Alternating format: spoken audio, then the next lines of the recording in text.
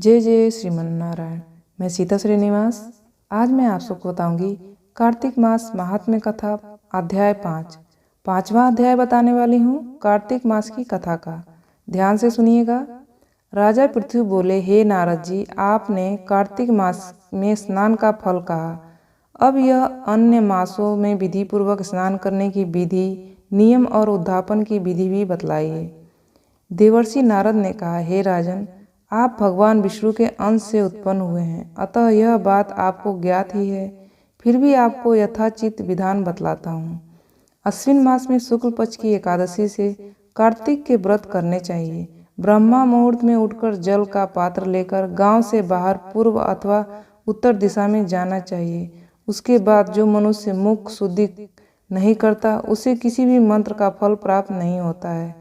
अतः दांत और जीभ को पूर्ण रूप से शुद्ध करना चाहिए और इन मंत्रों का उच्चारण करना चाहिए।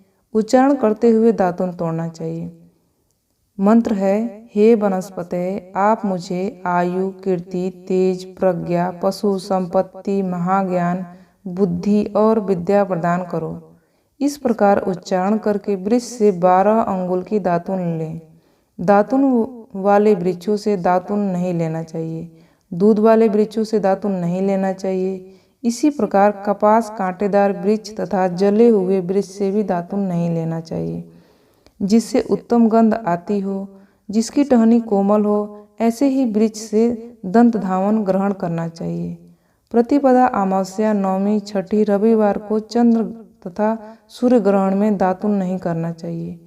तत्पश्चात भली भांति स्नान करके फूल माला, चंदन और पान आदि पूजा की सामग्री लेकर प्रसन्न चित्त व भक्ति पूर्वक शिवालय में जाकर सभी देवी देवताओं की अर्घ्य, आचमनीय आदि वस्तुओं से पृथक पृथक पूजा करके प्रार्थना एवं प्रणाम करना चाहिए।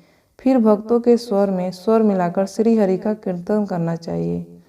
मंदिर में जो गायक भगवान श्री हरि का कीर्तन करने आए हों, उनका माला, चंदन, तांबुल आदि से पूजन करना चाहिए, क्योंकि देवालयों में भगवान विष्णु को अपनी तपस्या, योग और दान द्वारा प्रसन्न करते थे।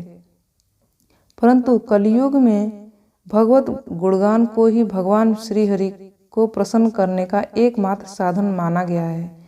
नारद जी राजा पृथु से बोले, हे राजन, एक बार मैंने भगवान से पूछा कि हे प्रभु, आप सबसे अधिक कहाँ निवास करते हैं? उन्होंने उत्तर देते हुए भगवान से कहा, हे नारद, भगवान ने कहा, हे नारद, मैं वैकुंठ या योगियों के हृदय में निवास करता हूँ। अपितु जहाँ मेरे भक्त मेरा कीर्तन करते हैं, मैं वहाँ अवश्य निवास करता हूँ। जो मनुष्य चंदन, माला आदि से मेरे भक्तों का पूजन करते हैं, उनसे मेरी ऐसी प्रीति होती है जैसे कि मेरे पूजन से भी नहीं हो सकती।